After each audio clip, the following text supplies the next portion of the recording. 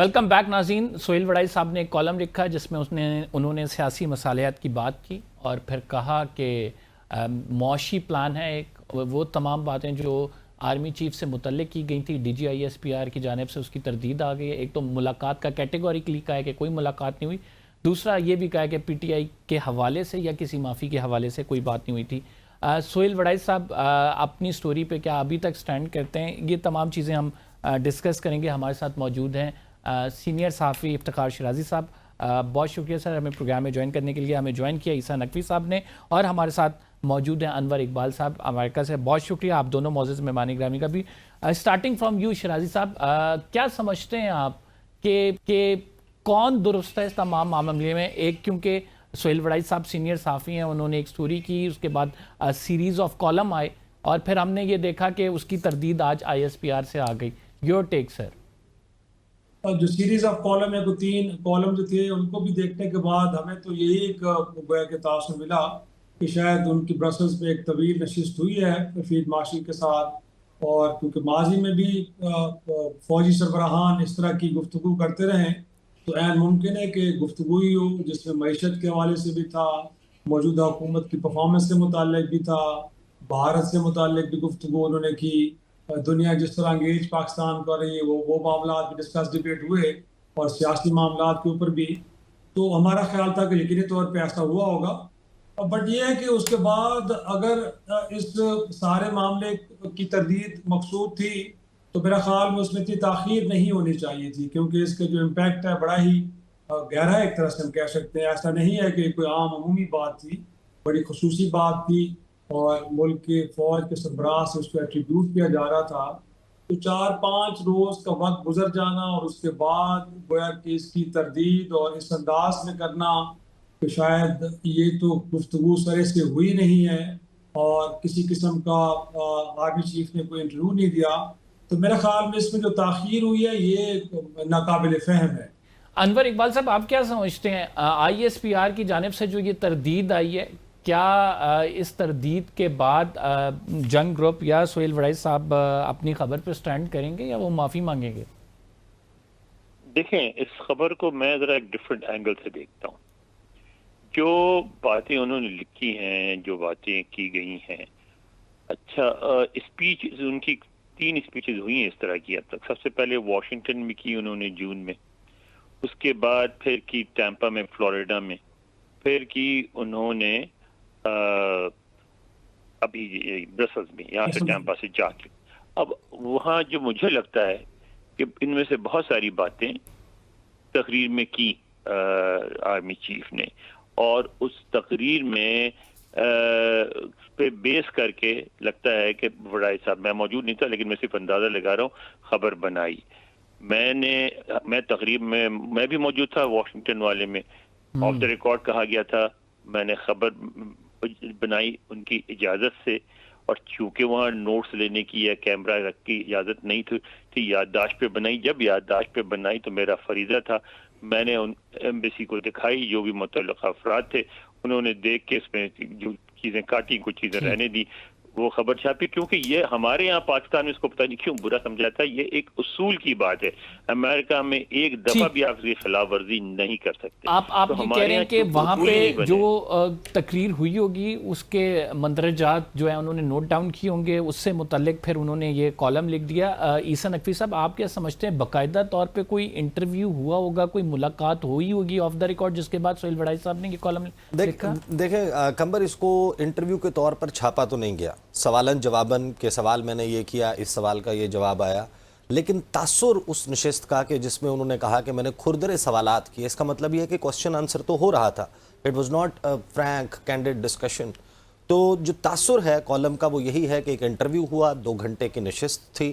اب اس میں کیونکہ یہ مینشن نہیں کیا گیا کہ وہ نشست 1 on 1 تھی یا اس میں دیگر احباب، دیگر لوگ، صحافی حضرات، وہاں کے آرگنائزرز یا وہاں کے جو اوورسیز پاکستانی ہیں وہ موجود تھے یا نہیں تھے.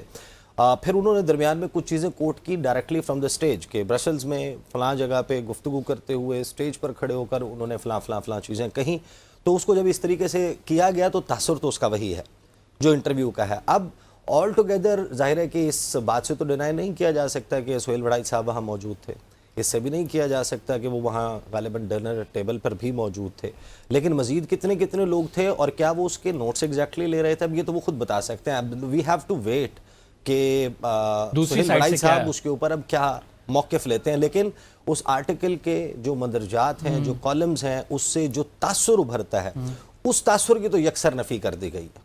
ٹھیک، میں ایک جو افتخار شرازی صاحب سے بات کرنا چاہوں گا. اس سے پہلے بھی یہ ڈسکشن ہوتی تھی 9 مئی کے حوالے سے معافی کی، اسٹیبلشمنٹ معافی چاہتی ہے، عمران خان صاحب نہیں مان رہے. معاشی پلان کی بھی بات ہوتی تھی کہ معدنی وسائل کو بڑھانا ہے اور معاشی پلان جو ہے آرمی چیف کا SIFC بنا کے یہی ہے.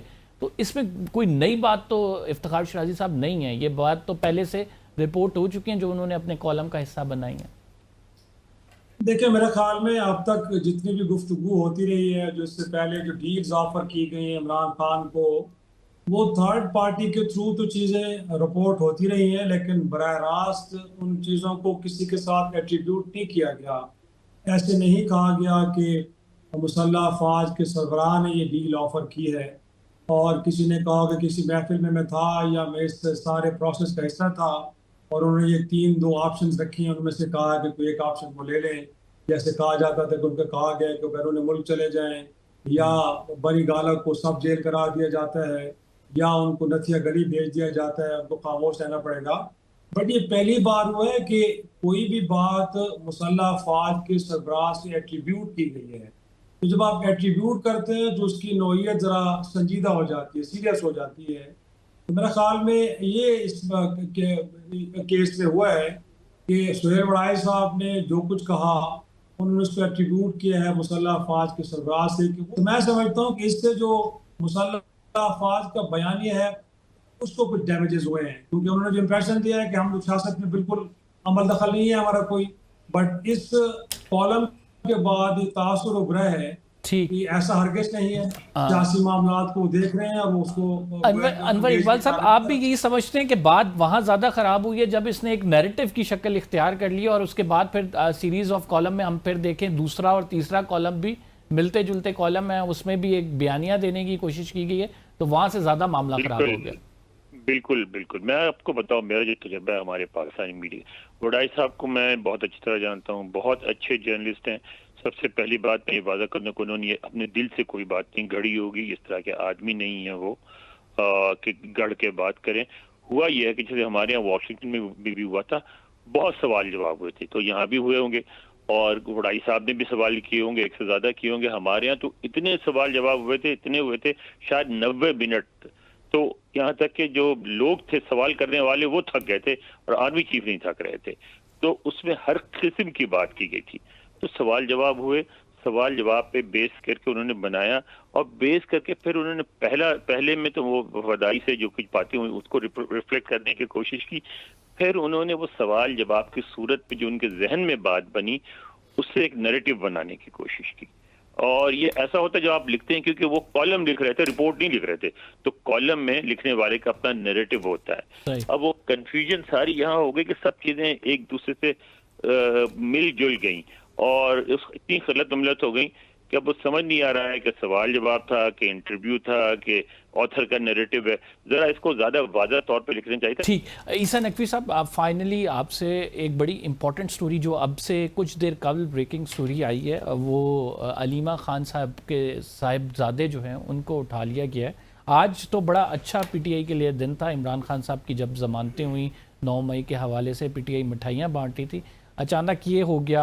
اس سے قبل بھی کہا جا رہا تھا مسلم لیگ نون کی جانب سے کہ 9 مئی کے آپ جو ہیں وہ مجرم ہیں، اتنی آسانی سے جو ہے معاملات نہیں حل ہوں گے. آپ سمجھتے ہیں کہ PTI کی جانب سے جو چیزیں رائٹ ناؤ جن چیزوں کو سیلیبریٹ کیا جا رہا تھا ابھی وہ ٹائم نہیں آیا، ابھی مشکلات بہت زیادہ ہیں آگے؟ دیکھیں، ارلی سیلیبریشن تو آبویسلی کسی بھی چیز کی جائے وہ غلط ہوتا ہے. آپ نے بہت ساری آج کل دیکھی ہوں گی کہ ایسی ویڈیوز بھی آتی ہیں اور پھر کہا جاتا ہے کہ ارلی سیلیبریشن نہیں کرنی چاہیے. اب علیمہ خان صاحبہ کے صاحبزادے کا جو ڈس اپیرنس ہے، I am not privy to the facts کہ کہاں ہوا، کس حالات میں ہوا، یا اس کی کوئی فوٹیج اس واقعے کی موجود ہے، یا وہ کلیم کیا کر رہے ہیں. کہ ایگزیکٹلی کیا ہوا ہے. بہت سارے واقعات ہوتے ہیں بٹ اپیرنٹلی آج کل کے جس ماحول میں ہم ہیں it is obviously being linked, اور اس کے اوپر پہلا یعنی کہ تاثر آپ کے ذہن میں یہی آتا ہے کہ اچھا یہ ہو گیا تو فلاں وجہ ہوگی. تو علیمہ خان صاحبہ جو ہیں وہ ظاہر ہے کہ آج انہوں نے جو گفتگو کی, آج ان کا چہرہ بڑا کھلا ہوا تھا. وہ کہہ رہی تھی کہ نیکسٹ اسٹاپ اسلام آباد high court.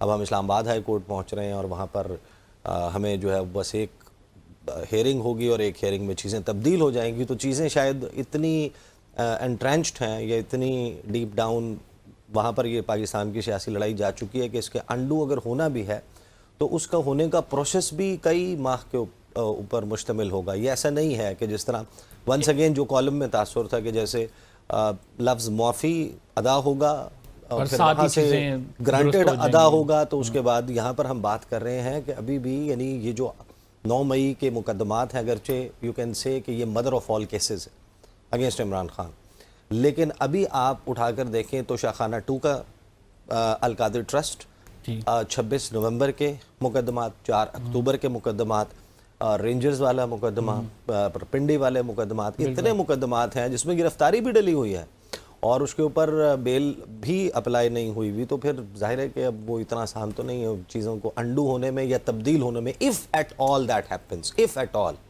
it will take a lot of time. Thank you very much آپ تینوں معزز مہمان گرامی کا اپنی رائے کا اس لوگوں نے. ناظرین پروگرام کا ٹائم بالکل ختم ہو گیا, مجھے شارپ کلوزنگ کا کہا جا رہا ہے. قمر زیدی کو اجازت دیجیے, اگلے پروگرام میں آپ سے ملاقات ہوگی. اپنا فیڈ بیک دینا نہ بھولیے گا. اللہ نے کے بعد.